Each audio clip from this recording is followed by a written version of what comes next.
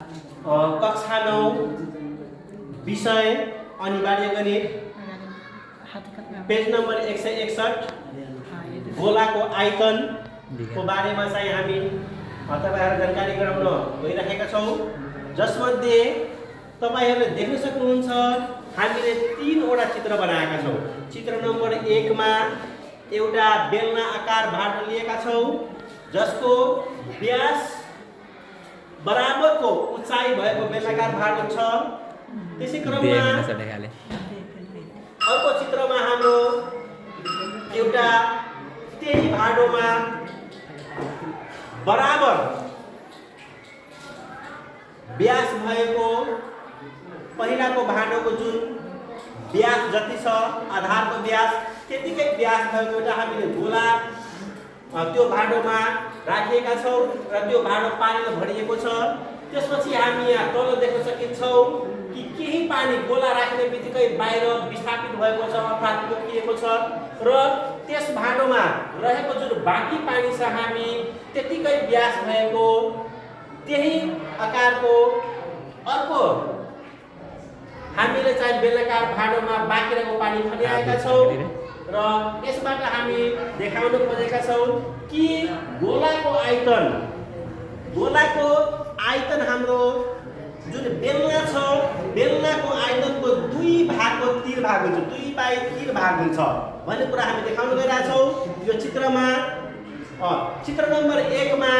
हामीले देख्न सकिन्छ एउटा व्यास d बराबर उचाइ बराबर भएको एउटा हामीले बेलनाकार भाटो लिएका छौं र सो भाटोमा हामी पानी राख्दाखेरि पानी राखेका छौं। त्यसपछि र पानी राखेको भाटोमा हामी चित्र नम्बर 2 मा देख्न सक्छौं बराबर व्यास भएका हामीले एउटा गोला राखिएका छौं र गोला राख्दाखेरि हाम्रो यहाँ पानी विस्थापित भएको छ र यो विस्थापित भएको पानी नै हाम्रो चाहिँ के हो त यो गोलाको चाहिँ हाम्रो आयतन रहेको देखिन्छ र त्यसपछि हाम्रो जुन बाँकी पानी छ यो जुन हामी देखिराख्नु भएको छ चित्र नम्बर 3 मा यो हाम्रो 1/3 भाग मात्र पानी बाँकी रहेको छ, जुन हाम्रो यो माथि 2/3 भाग पानी खाली छ भाटो हाम्रो बेलनाकार भाटो र यसरी हामीले गोलाको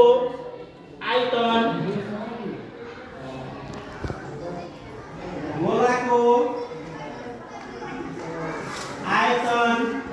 v बराबर 2/3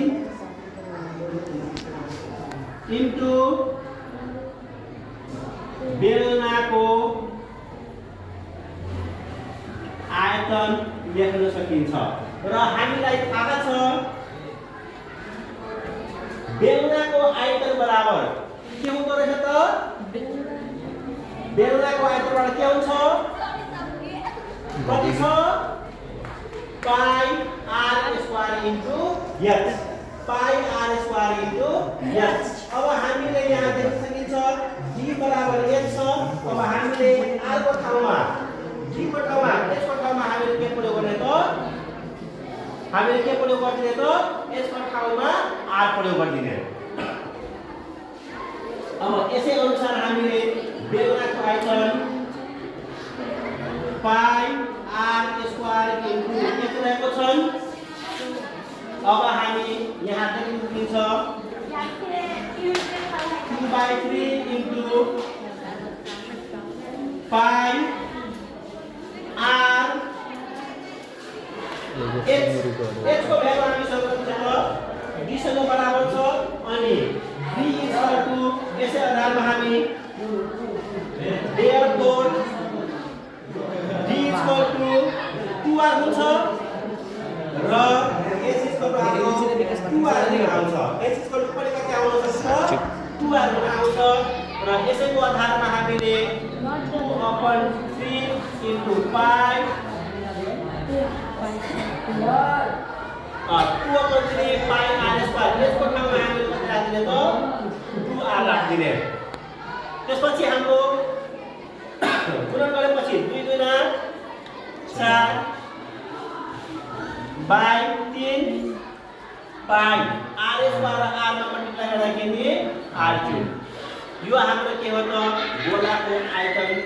4/3 पाई r क्यूब हुन्छ भने हामी देखाउन सकिन्छ। धन्यवाद।